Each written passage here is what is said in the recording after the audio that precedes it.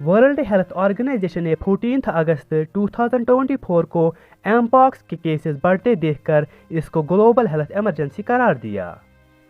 यह announcement UN health agencies emergency committee की तरफ से एक हंगामी मीटिंग के बाद किया गया।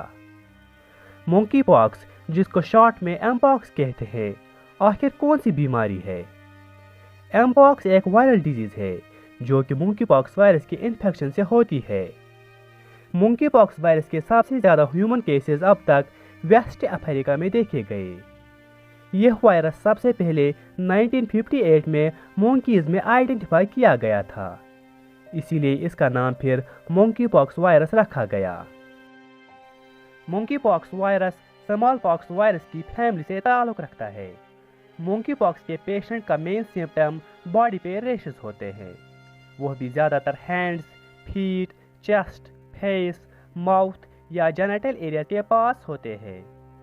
फीवर, हेडेक्स, स्वोलन लिफ नोड्स, कमर दर्द, मसल्स में दर्द भी इसके कुछ खास सिम्टम्स होते हैं। एमपॉक्स के पेशेंट को सबसे पहले फीवर स्टार्ट होता है, उसके बाद चेहरे पर रेशेस जो कि फिर बाद में बाकी बॉडी पार्ट्स में फैलता है। यह इन्फेक्शन 14 से 21 दिन के बाद खुद ब खुद ठीक होता है, लेकिन कुछ केस में ये जानलेवा हो सकता है, खासकर छोटे बच्चों में। ब्रॉडली अगर देखा जाए तो एमपॉक्स के 2 मेन टाइप्स होते हैं, एक को क्लेड 1 कहा जाता है और दूसरे को क्लेड 2। क्लेड 1 वायरस को ज़्यादा खतरनाक कहा जाता है। यह वाला वायरस कई डिकेड से देखा जा रहा है। पिछले साल 2023 में बहुत सारे लोगों को एक नए किस्म के एमपॉक्स वायरस का इन्फेक्शन लग चुका था, जिसको क्लेड 1b का नाम दिया गया है। एमपॉक्स वायरस ज़्यादातर अफ्रीकन कंट्रीज में देखा जा रहा है।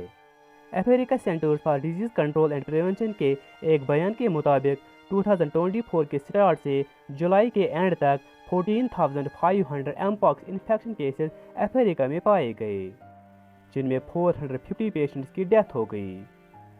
इस डाटा को अफ्रीका में 2023 के एमपॉक्स आउटब्रेक के साथ कंपेयर किया जाए तो 160% इंक्रीजिंग रेट एमपॉक्स पेशेंट्स में देखा गया और 90% इंक्रीज इन डेथ रेट में देखा जा रहा है।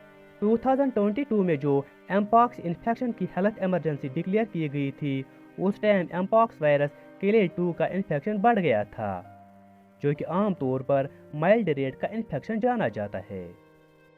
अगर ये देखा जाए कि एमपॉक्स का इन्फेक्शन कैसे फैल जाता है, तो देखा गया है कि ये direct person to person close contact से फैल जाता है, including skin to skin contact, infected patient के नज़दीक बात करना या सांस लेना।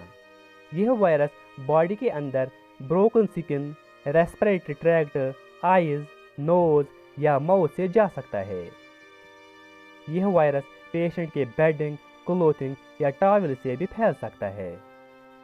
इन्फेक्टेड एनिमल के साथ क्लोज कांटेक्ट से भी इसका इन्फेक्शन हो सकता है।